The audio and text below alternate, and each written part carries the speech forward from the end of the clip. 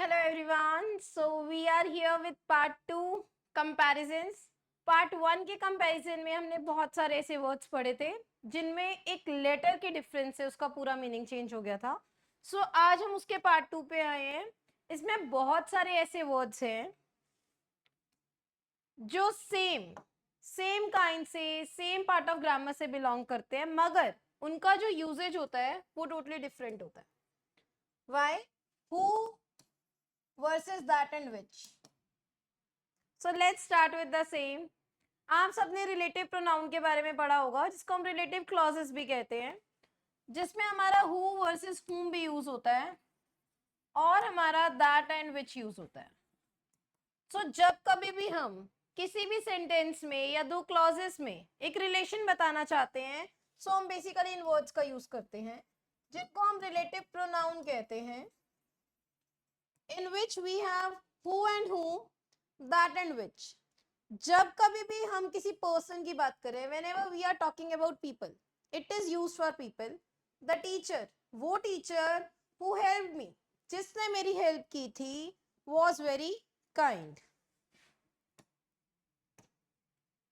In the way, the boy whom you were talking about,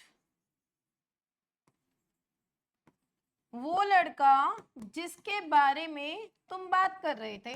The boy whom you were talking about is my cousin.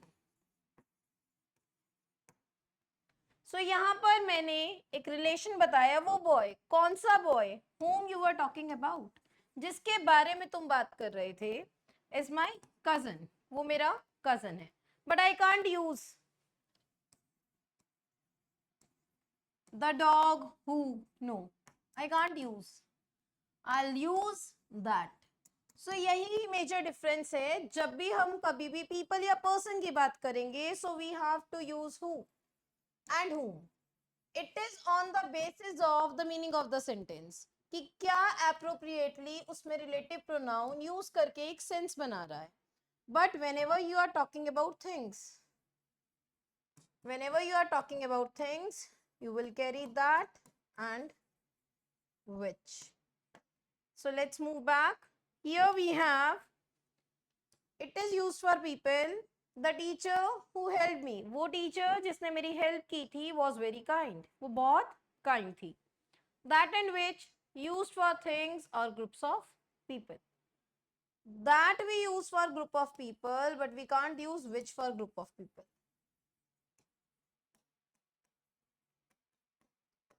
This is the book. ये वही book है that I was talking about, जिसके बारे में मैं बात कर रही थी. This is the book that I was talking about. The phone which was damaged, वो फोन जो डैमेज हुआ था, was of no use या had no data. वो फोन जो डैमेज हुआ था उसमें कोई डेटा नहीं था. अब आई एम हियर रिलेटिंग कौन सा फोन? वो फोन जो डैमेज हुआ था. So for things I will use that and which, and for people I'll use who and whom. This is the major difference between who versus that. Okay, so next we have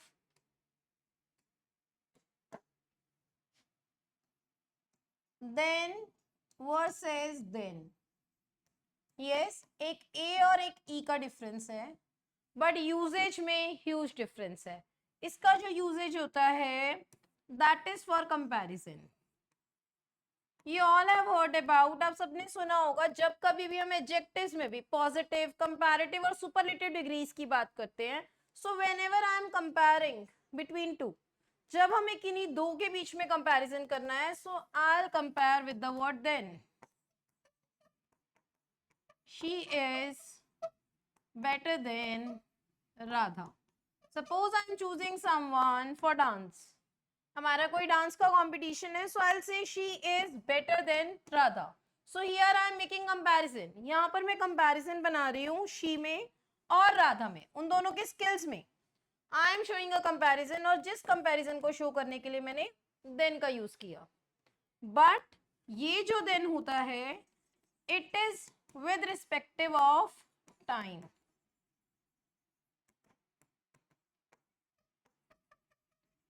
how?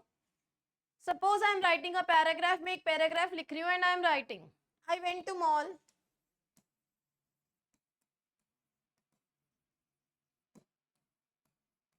I purchased various dresses and accessories. Then I had lunch. So in this sentence I am showing the time कि I went to mall, मैं mall गई, मैंने वहां पर various dresses और accessories को purchase किया, उसके बाद then I had lunch. So इस सेंटेंस में जो मैंने then का यूज किया it is used as time. उसको मैंने irrespective of time यूज किया, बट जब कभी भी मैं ये वाले then को यूज कर रही हूँ so I am using it as comparison. मैं इस वाले then को as comparison यूज कर रही हूँ. So keep the things in mind. इन चीजों को बहुत ध्यान में रखना पड़ेगा कि हमसे जो एक सेंटेंस दिया गया है वो क्या हमसे एक्सपेक्ट कर रहा है, उस सेंटेंस का मीनिंग क्या है. अगर मीनिंग में कंपैरिजन है so I have to write then, और मीनिंग में अगर कोई मुझे सेंटेंस टाइम की सेंस दे रहा है so I have to use then. So let's see the slide. The slide is telling us use for comparison, refers to time और sequence. It was also telling the sequence.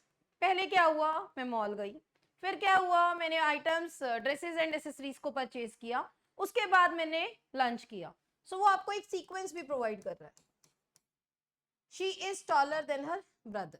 Here we are telling the height, tall, taller, tallest. The comparison, comparative degree with the comparison she and her brother. And here I have then, it refers to time we went to dinner then watched a movie. हम dinner पे गए, पहले हमने dinner देखा then watched a movie, उसके बाद हमने movie देखी. It is also telling a sequence. So compare things, time or order, that is sequence. सी एक बेसिकली ए और ई ने कितना ह्यूज डिफरेंस क्रिएट कर दिया, but when ever you know, लेकिन जब आपको पता है कौन से वाले वर्ड का यूज कहां पर होना है सो आपको इस ए और ई से कोई फर्क नहीं पड़ता, because you know which word you have to use. Next we have complement and complement. In this sentence also we have a difference of I and E only. That is complement. That is complement. What is complementary? जब कभी भी हम McDonald's जाते हैं या हम कहीं पर भी ड्रेसेस लेने जाते हैं सो कॉम्प्लीमेंट्री इन एडिशन, या उसके एक्सचेंज में यू कैन से कि आपके पास किसी चीज का दूसरा सोल्यूशन है. कॉम्प्लीमेंट्स आपने फिजिक्स में भी सॉरी इकोनॉमिक्स में एक वर्ड पढ़ा होगा कॉम्प्लीमेंट्री. सो कॉम्प्लीमेंट में क्या होता है कि आप उसकी जगह यूज कर लेते हैं एज अ कॉम्प्लीमेंट यूज कर लेते हैं, ऑल्टरनेटिव, और sometimes you are using as a complementary. Suppose you are having pizza and वो केचप जो है वो उसके अंदर एक टेस्ट को डिलीशियस बना रहा है, so that is complementary. But this compliment is praise, किसी की तारीफ करना. अ पोलाइट प्रेज और kind remark. She gave me a compliment on my presentation. मैंने कोई प्रेजेंटेशन दी और उसने उस पर मेरी प्रेज की. शी गेव अ रिमार्क, उसने एक रिमार्क दिया. So in this sentence it will be compliment, क्योंकि यहाँ पर तारीफ की बात हो रही है. You can't write compliment. But whenever you are telling something that completes or enhances something else, एक ऐसी चीज जो किसी चीज को कंप्लीट करती है.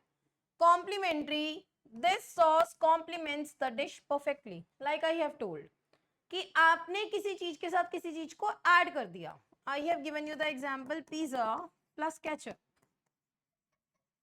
That was complimentary, but it made a change in the taste. It made the dish more delicious. So, whenever we are talking about compliment, that is praise. Whenever we are talking about compliment, that is completes or matches. Okay. Next, we have suppose and supposed to. आपने बहुत ज्यादा सुना होगा schools में भी और offices में भी हमें ये बोला जाता है you are suppose to complete the work on the given deadline. So suppose to means जब भी हमें वर्ड बोला जाता है you are suppose to, it means you are liable to, you are expected और यू आर रिक्वायर्ड. इसमें आप suppose में it is a verb, you are only just supposing, guessing, आप सिर्फ एक चीज को गेस कर रहे हैं. I suppose she will arrive soon, मतलब मुझे लग रहा है I suppose she will arrive soon, I suppose she will pass, I suppose she will score good marks. So here I have a guess, मैं सिर्फ एक गेस दे रही. It is used as a verb. But suppose to में you are required. It is not a verb. You are required. You are expected. You are required to complete the work on the given deadline. You are required to reach office by 8 a.m. It means you are supposed to finish your homework before dinner. So here is some deadline. यहाँ पर deadline है और उस deadline से you are required, आपको उस काम को कंप्लीट भी करना है. So suppose that is a verb, you are guessing, you are assuming something, but supposed to means your duty. You are expected to complete. Yes, in most of the jobs, it is usually told. ये हमारे bonds पे भी लिखा होता है, you are supposed to finish your work by end of the day. You are supposed to complete the project by the given deadline. So it means you are required. Supposed to का mean है you are required. Okay. Next we have ये again apostrophe आ गया.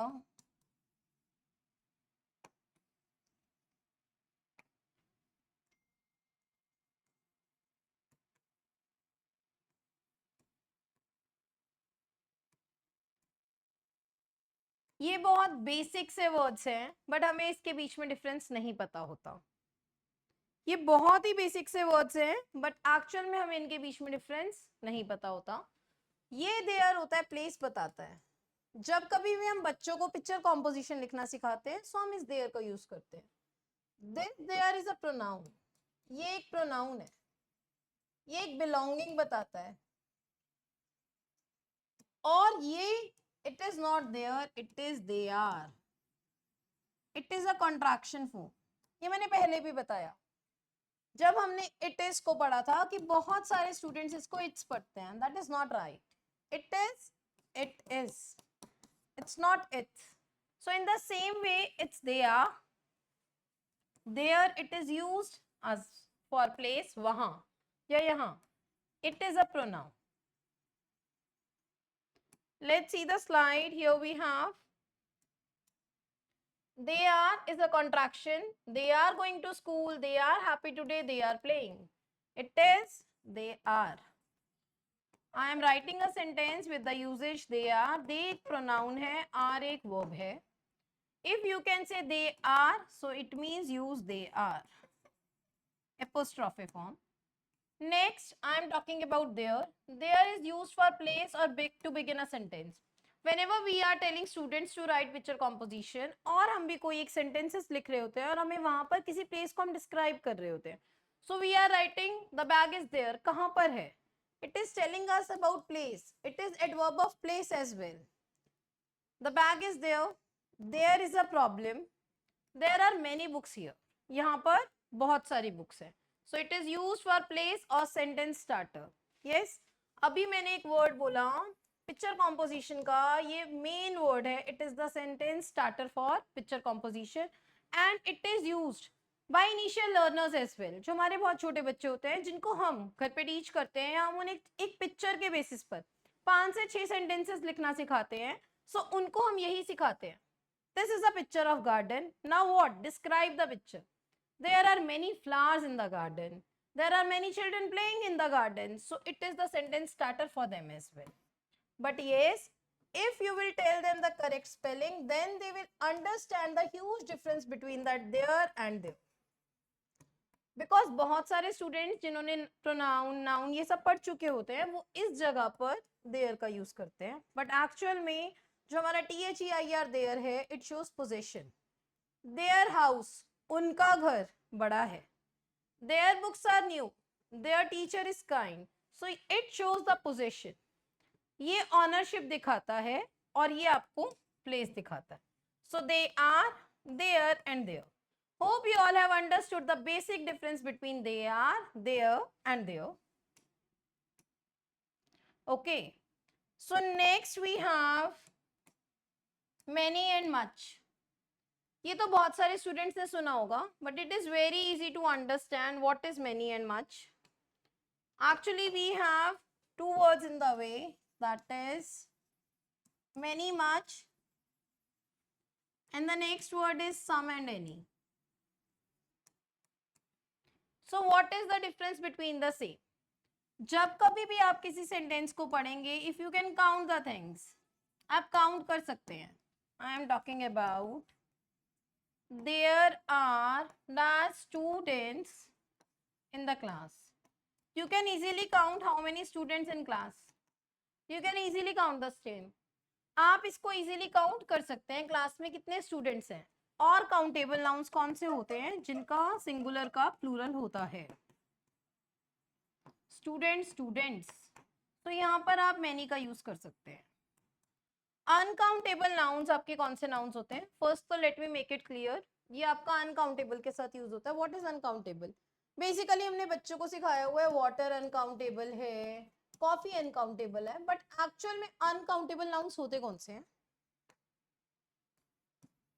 Uncountable nouns वो nouns होते हैं जिनका plural ही नहीं होता, which has no plural. You can see, आपने जितने भी अनकाउंटेबल नाउन्स पढ़े हैं आप उन सब वर्ड्स को देख सकते हैं. I have a word water. I can't write waters. Definitely it is uncountable. Rice. I can't write. It is uncountable. So uncountable nouns are the nouns which do not have their plural as well, and which we are unable to count. So let's move to the slide. The slide is telling us countable we can count, uncountable we can't count. Many books, much time. Many students, much water. Many cars, much money. So yes, we know. What is the trick? Number लगा सकते हो many. What is the number लगा सकते हो many? It means whenever you can count, आप numbers लगा सकते हो. One student, many students. One book, many books. But in which you can't write the number. You can't write one water, much water. You can't write. It is totally wrong. So this is basically a trick for you to understand. Whenever you can count, you can write the number as well with the same. One mango, many mangoes. So that will be used many. And when you can't count the same, that will be much. Next we have some and any. Now what is the difference between some and any? It has the same trick. इसकी भी same trick है that you have to understand, that is sum. You know, keep a thing in your mind, sum is positive, any is negative. Sum एक positive word है और any is negative word है. हमारे पास कोई आता है for asking the help, for asking help or for asking something. So I am telling, मैं उसको बोल रही हूँ I have some money. तो it means I am giving a hope to the person कि शायद मैं उसकी help कर पाऊँ with a positive remark. I have some money. लेकिन अगर मैं उस person को direct answer दे रही हूँ I don't have any money, it means it is a totally negative remark. So जो any word होता है वो totally negative sense में use होता है. It gives you negative sense. ये एक negative sense देता है और जो हमारा some word है वो हमें एक positive sense देता है. So let's see what is in the slide. Use in positive sentence, use in negative sentence. I have some money, I don't have any money. She bought some apples, उसने कुछ apples खरीदे. Do you have any pen? मतलब negative sense दे रहा है. Do you have any pen, कि उसको पता है सामने से शायद नहीं मिलना या उसके पास नहीं है. There is some water, there isn't any milk. It means यहाँ पर ग्लास तो है, बॉटल भी है, but negative sense there is not any milk. Are there any students, you are looking inside the class और बाहर खड़े होकर बात करें are there any students, it means it is showing कि दे आर इन डायलेमा, कि class में बच्चे हैं या नहीं है, and it is totally giving the negative sense कि क्लास में बच्चे नहीं है. So whenever we use positive sentence, we use some, and whenever we are talking about negative sentence, we use any. So keep a word in your mind, some positive, any negative.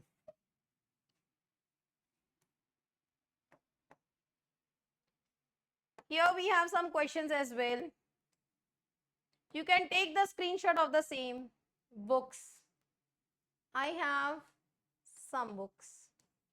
She bought some fruits. There is some sugar, but here you can see negative. He doesn't have. उसके पास नहीं है. He doesn't have any car. कोई भी car नहीं है. So it is completely giving you negative sense. So hope you all have understood the basic difference. आपको पूरे words के usage में जो basic difference है वो पता चला, and you have understood where you have to use which word and which another word you can use. So आपका easily इस वीडियो ने आपकी हेल्प की कि एक सिंगल लेटर के चेंज होने से सेंटेंस में उस वर्ड का पूरा मीनिंग चेंज हो जाता है और सेंटेंस का ही मीनिंग चेंज हो जाता है. So how can you use these kind of words? Hope this session has helped you up to understand many words and the usage of many words in English as well. Thank you for watching the session. Thank you everyone.